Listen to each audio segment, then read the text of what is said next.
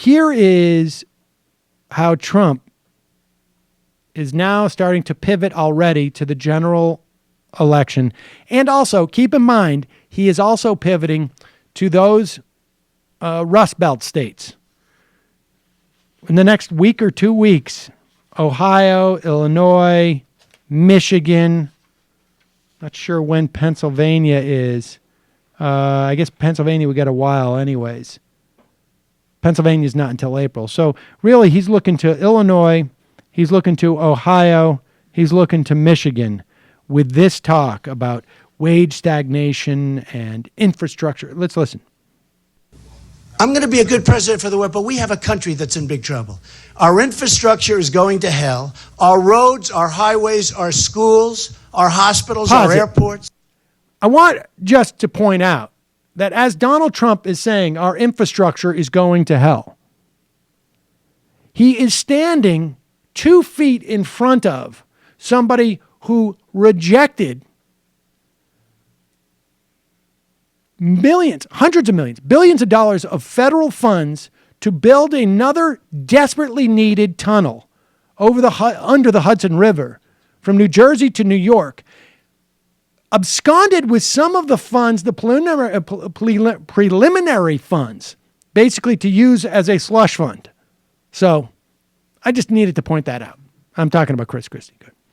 I go throughout the world. I mean, you go to Qatar, you go to, who some people say Qatar, but you go to Qatar, you go to so many places. You go to different places in China, different places in Asia, different places in the Middle East.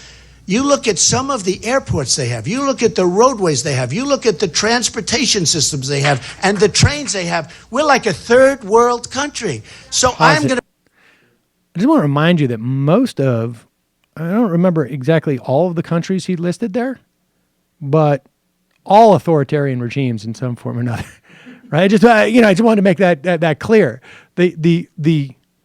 The reason why we don't have those things is because his buddies complain about taxes going towards that. Now, in Qatar, or Qatar, as some people say, they take their oil revenues and a guy, I think a monarch, more or less. A monarch family, and they sit on a giant sovereign wealth fund. Right, we're going to do this. And it's also subsidized on free labor as well. So the actual citizens are... It is actually a really high standard of living, but all of these imported indentured servants from South Asia and Africa make everything run, and then you have a sovereign wealth fund. And on top of that, immigration policy. And on top of that, Trump is going to make those workers pay their own way to get here. To be very good for the world. I'm going to get along with the world. You're going to be very proud of me. Even you will be very proud of me as a president. But we have to rebuild our country. Our country is going to hell, and people don't understand that. And Hillary Clinton doesn't have a clue. She can't do that. She's talking about, one of the things that has really bothered me, I think one of the reasons I have such great support, is that you take a look, people in the middle income groups are making less money today, less money than they made 12 years ago. And in her speech, she just said, they're making less money. Well, she's been there with Obama for a long period of time. Why hasn't she done anything about it? Practically everything that she was complaining about, she's picked up what I say. The difference is she's been there for a long period of time. Why haven't they done anything about it? Then you look at her record as Secretary of State. It's abysmal. You look at what's going on with Syria. You look at what's going on with everything. It's a disaster. So we're going to have an interesting period of time. I don't know that she's going to be allowed to run. What she did is a criminal act. If she's allowed to run, I would be very, very surprised. But if she's allowed to run, honestly, it'll be a sad day for this country. Because what she did was wrong. And what she did, let me just tell you, what she did was wrong. And other people have done far less than her, and they paid a very, very big price.